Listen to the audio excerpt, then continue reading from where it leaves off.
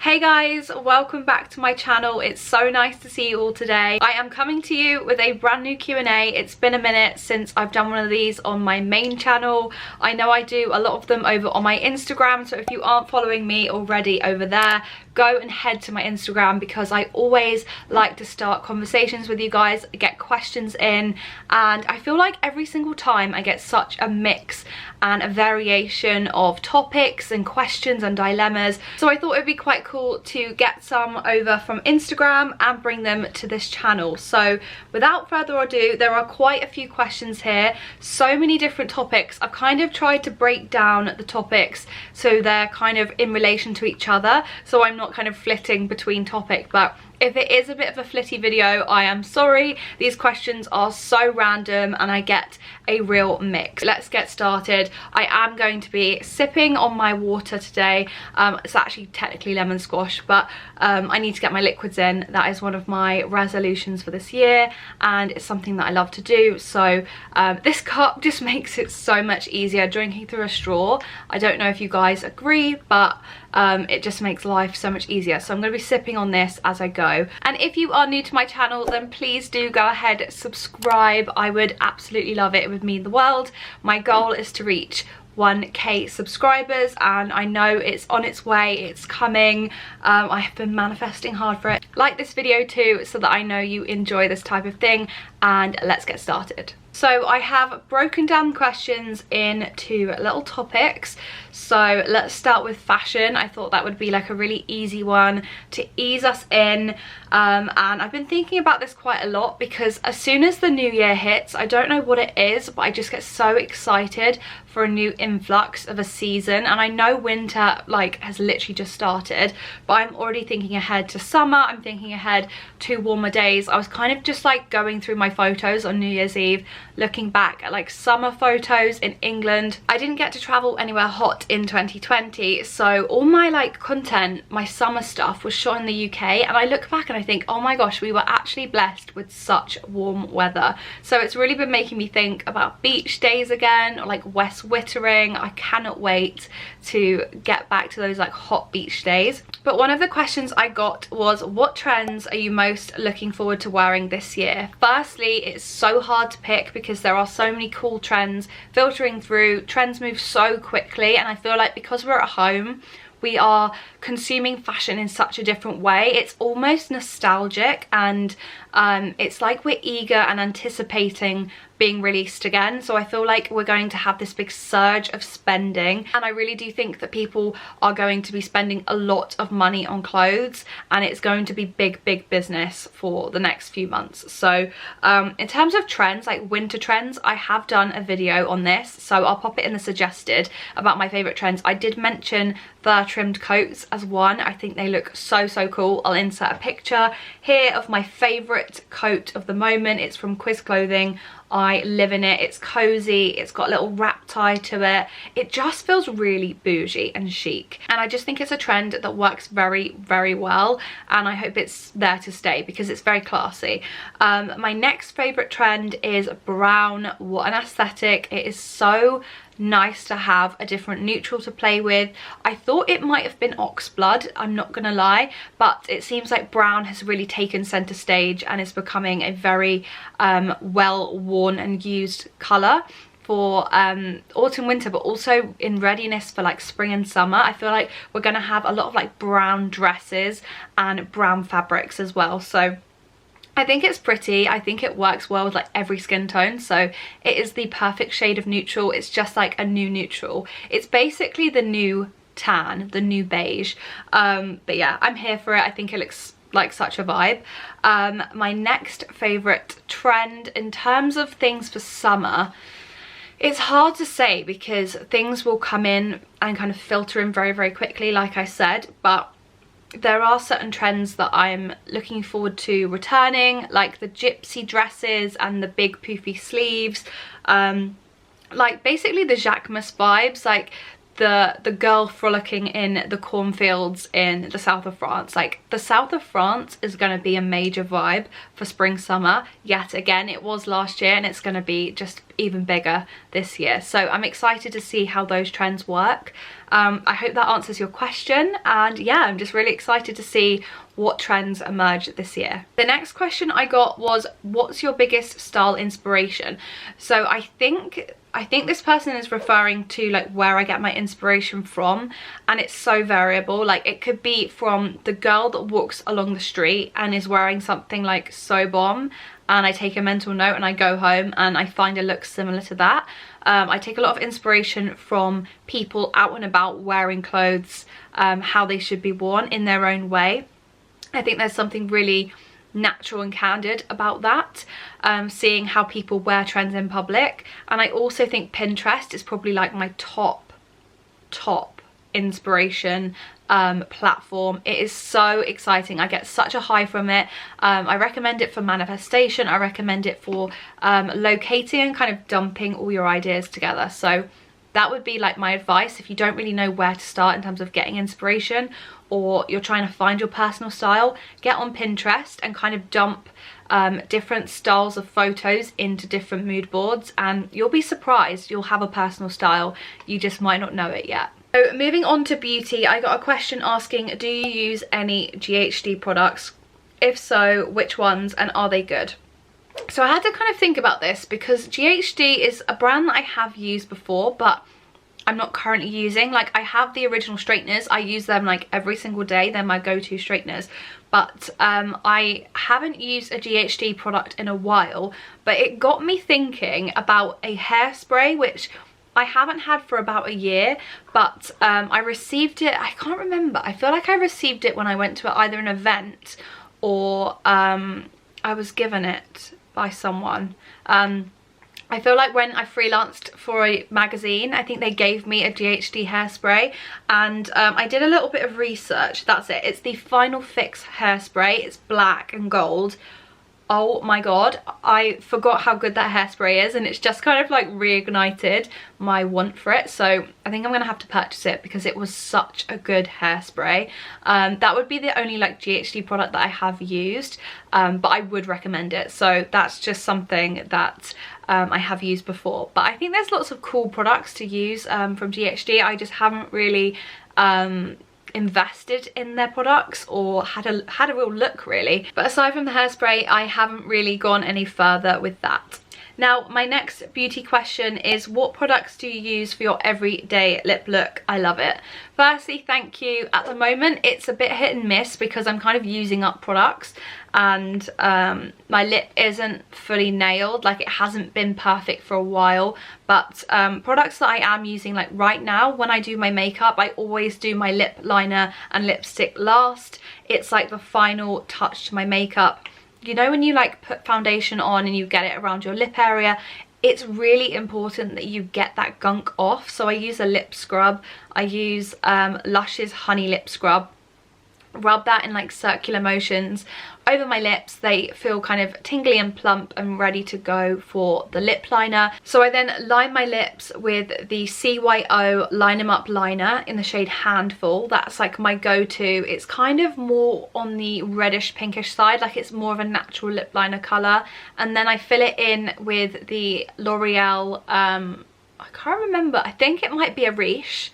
I think it might be a Riche lipstick, but it's in the shade 646. I'll link it all below, like all the products that I use. That is my favourite lipstick of all time. I believe it's the Eva Longoria lip shade, the one that's associated to her. So check that out, I love it. And then for gloss, I either love the Pillow Talk Charlotte Tilbury lip gloss. So fun to wear. Really glossy. I've got it on right now, only like a little like sheen of it.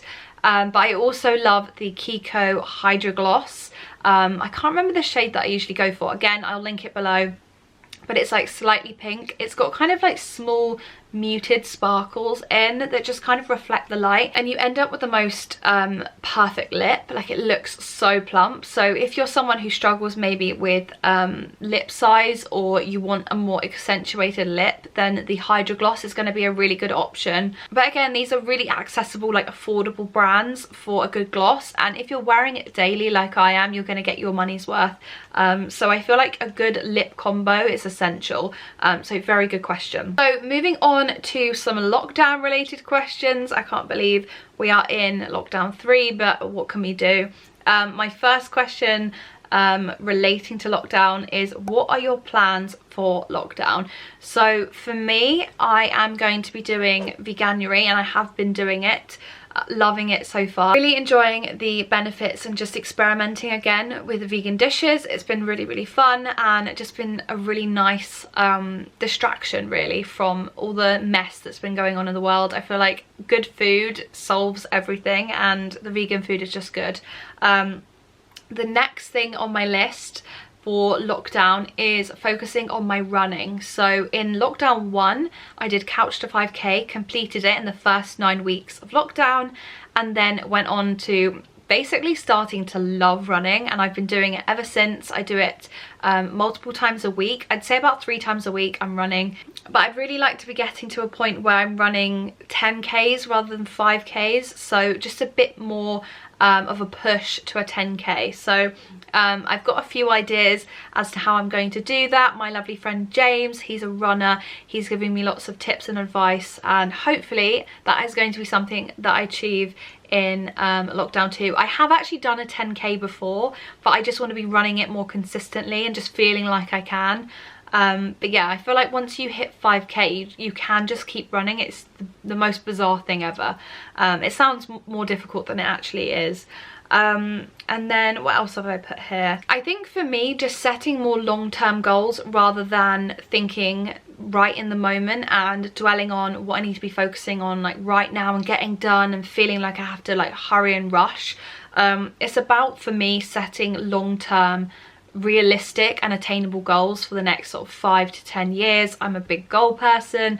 I plan everything out. Like, I even shared on my stories 2 days ago, embarrassingly, about how I had like a wedding plan from when I was like 11 years old. So I've always been a planner. It's just something in my nature, but I'm a big goal person, and I think when you get clear on your longer term goals, it makes it easier to break down your short-term goals, because you'll be doing things to lead up to that big thing happening, and it takes the pressure off as well. So that's what I'll be doing during this lockdown. So I had a lot of questions relating to loneliness and struggling with motivation during lockdown, so I'm going to answer these as best I can, because I feel like a lot of people are in similar positions. So if you're feeling this way, then maybe take a second to listen to this, because it might help you in some way. Like, even my silly advice might be useful. So the first question that I have is, anything you recommend to combat loneliness and or grievance? I would say talk to people more, and I know it's hard because we're on phones all the time, and it's all digital and social media-y, and it's just not the same as seeing people in person. But sending voice notes, like, even if you can't be bothered, or you feel a lack of motivation to have a phone call, or maybe you don't like phone calls, try sending voice notes, because you really get the tone of the person speaking. You get to feel that like engagement, and you get to stop and actually listen to someone for a minute instead of texting someone back whilst you're watching TV. I feel like a voice note is really nice and personal, because you have to sit down and you play it, and you could be on a walk, you could be anywhere really. I think a voice note is a really easy way to communicate with lots of people, but also feel like you're having a raw conversation. And it actually makes people feel a lot better when they can feel the emotion of the person. So I would really recommend voice noting. And then in regards to grievance and annoyance and just being irritated, get out on a walk, because I've found when I'm in a bit of an irritable mood and I just can't get out of it, a good walk just snaps it right out of me, and I'm at least able to feel a little bit more positive, like I've done something for the day. But it is so relatable. I feel like everybody is going through the same thing. We're all angry that we can't make plans and things can't go ahead as normal. So I think it's okay to be angry and frustrated, but get it out in some way. Like, go and do Couch to 5K. I honestly recommend it so much. Get out on a walk if you don't want to run. Get out on a bike. Just do something that's going to physically stimulate you and also distract you. So the next question is, when you're feeling down, what are your go-to things that make you smile? I think for me, getting out and exercising, baking something or cooking something for dinner that feels exciting or new, just breaking the mold a little bit, getting out of a routine. Things that make me smile: when the sky is blue, like today the sky is so blue and that's made me feel really good. I know weather is like so variable, so it's hard to pinpoint when those days are going to be, but just embracing it, like being appreciative at the fact that it's blue sky outside. Like, after I film this, I'm going for a walk, so get out there, enjoy things. Life is too short, be grateful, and you'll find that you'll be able to smile more. So the next question I have is how to stay motivated with creating home content. This is a hard one. If you're a new creator, it can be very difficult if you don't have the equipment, but say you do, I would recommend a ring light and a softbox light to kind of pair together so that you've not got lots of shadows going on, and then just a tripod, and you can even have a camera. So I'm filming currently on a Canon G7X Mark II. I use that sometimes to shoot home stuff, and it's just so easy. Get your self timer on and just kind of be excited to shoot something. Have a concept. Imagine you're on Project Runway, or you've got to shoot something creative that you're going to present to someone. Like, have a creative direction, and that can be quite motivating in terms of home content. I'd also recommend, again, Pinterest. Just get excited about how you can create content at home. I know it can be difficult when you don't really necessarily have the space, so it's about innovation, thinking outside the box. We did it in lockdown 1, we can do it in lockdown 3. We've just got to stay motivated. And then the final question is, what helps you get motivated on days when you might be struggling? Again, this would be similar to my previous questions that I've just answered, but getting out, getting fresh air, a change of scenery where possible. So walking somewhere new, changing up your walking route, trying a new playlist, like a new Spotify playlist. I love listening to like new in this week, finding things that are up and coming that you've not listened to before, starting a podcast, or just watching a Netflix documentary or something different that you would never ever pick. Like, we've got time now to do weird stuff like that. Just do weird stuff. Watch TV that you would never watch. Like, try something new. Be adventurous with the things that you can be adventurous with. So I received one really random dating question, so I'm gonna answer it. It is, what would be your ideal type of person when dating? And then they said, like, if there's a dream celeb. So I feel like that's an easy one to answer. I would definitely say someone who isn't afraid to be romantic, someone who is intelligent and has awareness of like wider world issues, things that are going on, and would be able to like confidently debate something or have an opinion. I want someone to have an opinion. I really cannot stand people who say things like, oh, I don't mind, or whatever you like, or I don't really care about that. I think people who choose to be a bit naive, it's just a bit boring, and I want someone who I can have an intelligent conversation with. So that would probably be like my main focus. Obviously, like aesthetics, it's completely different from person to person. I would never ever necessarily like label myself a type. But if we're talking celebs, I feel like I can pick whoever I want, really. The first question is, what are the best vegan meals you've had so far during January? So we are literally only a week into January. I've had a few like awesome dishes. Like, I can't wait for the stuff that I have in my fridge. Like, I've got loads of meals lined up, but I have to say the Wicked pesto, it's a vegan pumpkin pesto, and it has changed my life. I love it. It's so like easy and lazy and just amazing. And then anything with jackfruit, so like a pulled pork or barbecue jackfruit situation in a fajita, like that is amazing. I love fajitas. I love Mexican food.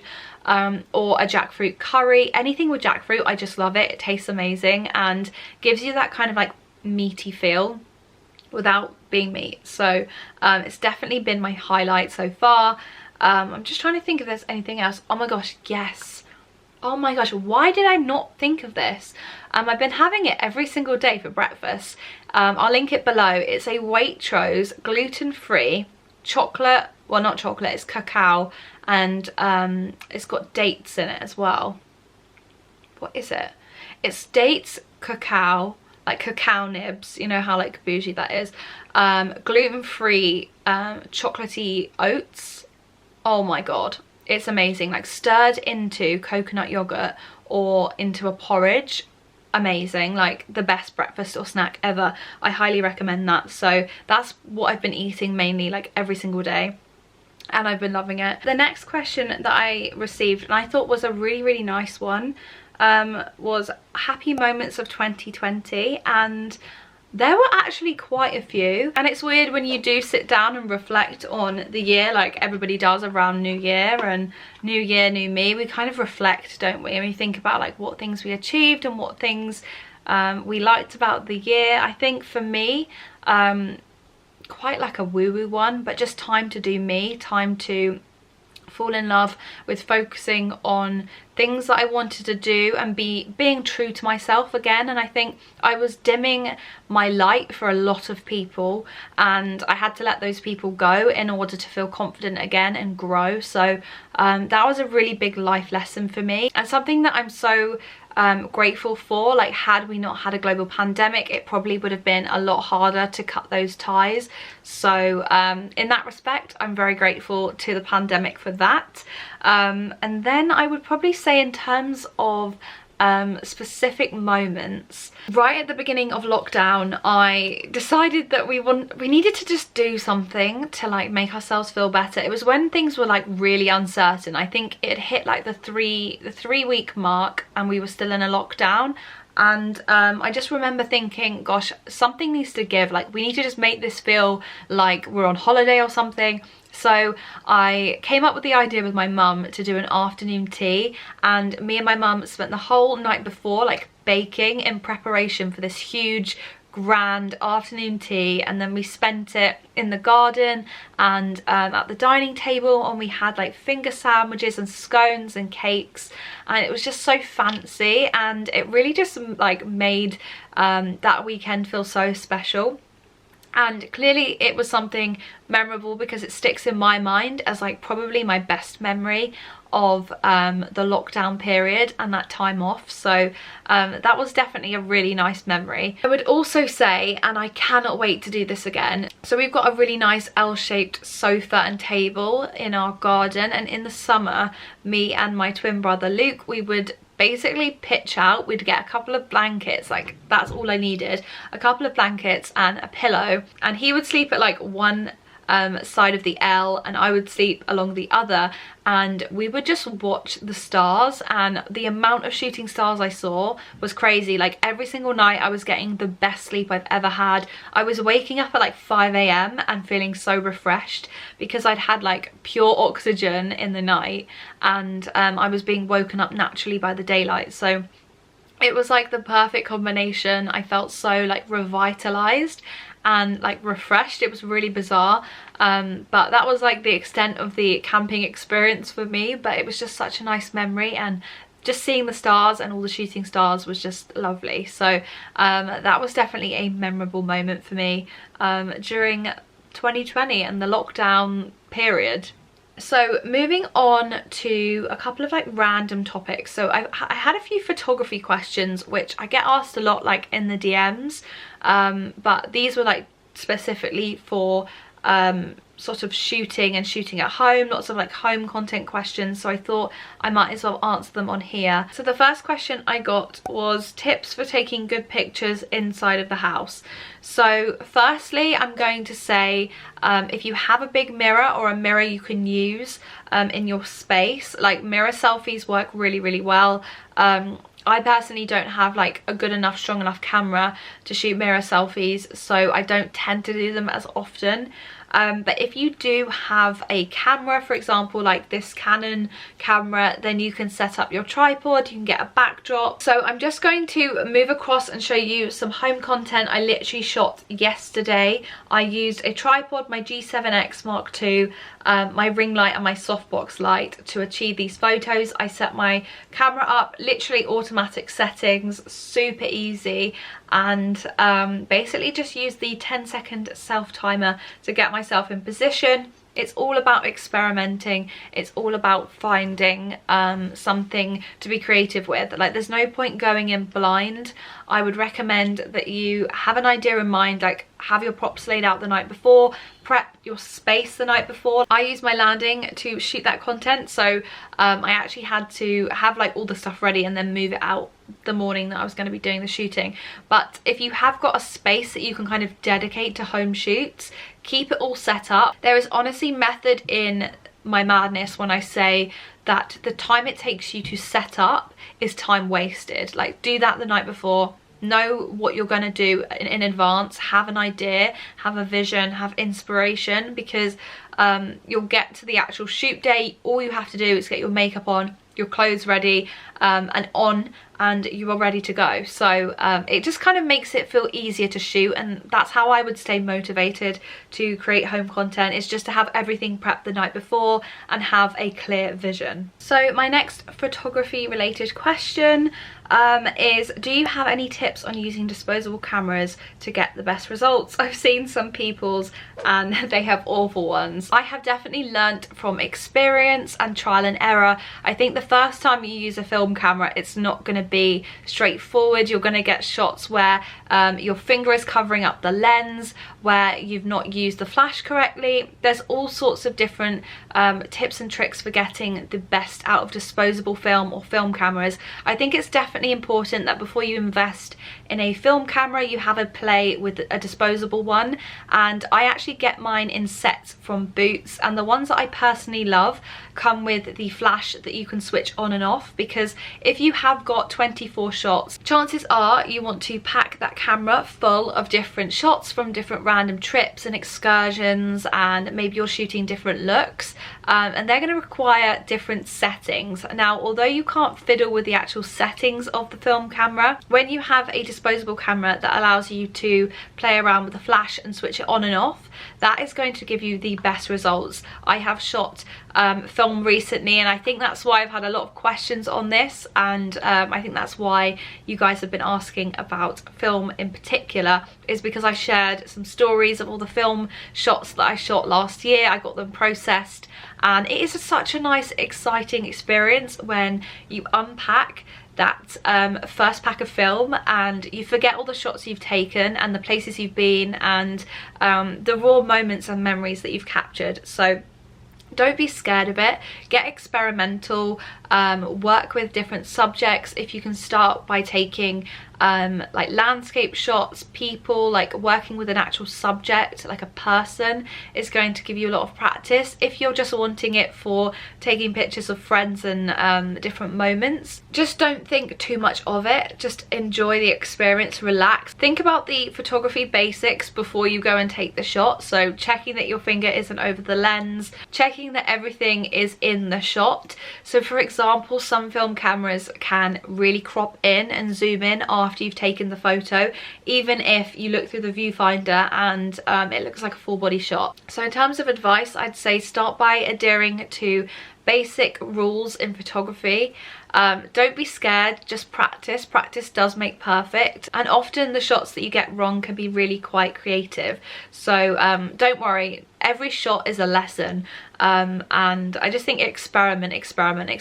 Don't limit yourself to the types of things you take photos of. Just get creative and just use them as much as possible. It's actually one of my New Year's resolutions. I know I haven't done a video yet on my resolutions, but one of my resolutions is to take more film photography. So it's something that I'm going to be doing anyway. So if you want to head over to my photography page, I will link it here for you guys to check out. I'm going to be experimenting and sharing the shots over there. If you do have any photography related questions, you can head head over there, have a little browse through my work, give me a DM if you have anything else you want to ask me. Like, I'm a pretty open book in terms of how I shoot, so any questions I will happily take and answer to the best of my ability. But yeah, get creative, don't be scared, and just take lots of photos. So to finish off, I have one astrology related question and then I have one dilemma. So we are ending this video so randomly, but the first question that I have is astrology related, and it's how can I look at my birth chart easily? So there is an app which I use on my phone called CoStar. It's where I go for my general placements. It was one of the first apps that I used to get all my chart placements and work out where everything was,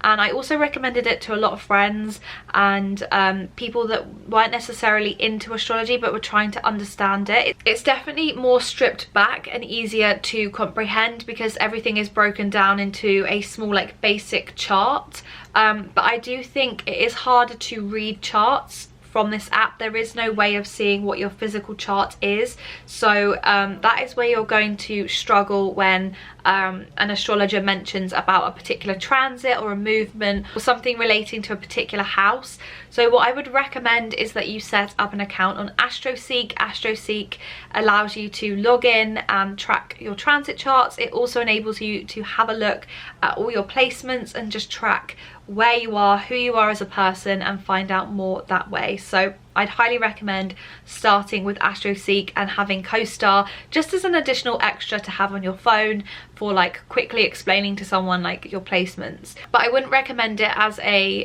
go-to tool. I think there are other better options available. So finishing off my Q&A with a dilemma, which I think we can all kind of learn from here. And the dilemma is, I'm an artist and took a career break to have a baby. I want to restart this year, but I'm having a lot of self-doubt. What do I do? So self-doubt is a big thing that affects a lot of people. The key really is here to think about our wider situation and how many people are probably going through this period where they're wanting to shift up things in their life, change their life in some way. We have gone through a whole year of great change, a global pandemic, and what has that shown us? That life is really too short not to be doing the things that we love. So I would just say, get out there. Every time you feel a moment of self-doubt, just replace it with positive thoughts about what you actually can do. Replace any I can'ts to I am able to. You will feel so much more confident about getting back out there and pursuing your dreams. I honestly think life is too short not to be doing the things you love. So I really hope that has been a nice positive message to end on. If you guys have any more questions, drop them in the comments below. I would love to hear from you. If not, you can privately DM me on Instagram. I'll pop my Instagram back on screen for you guys to follow me over there. It's been so nice to catch up and answer some of your questions. Don't forget to subscribe. I will see you in my next video, guys. Stay sweet.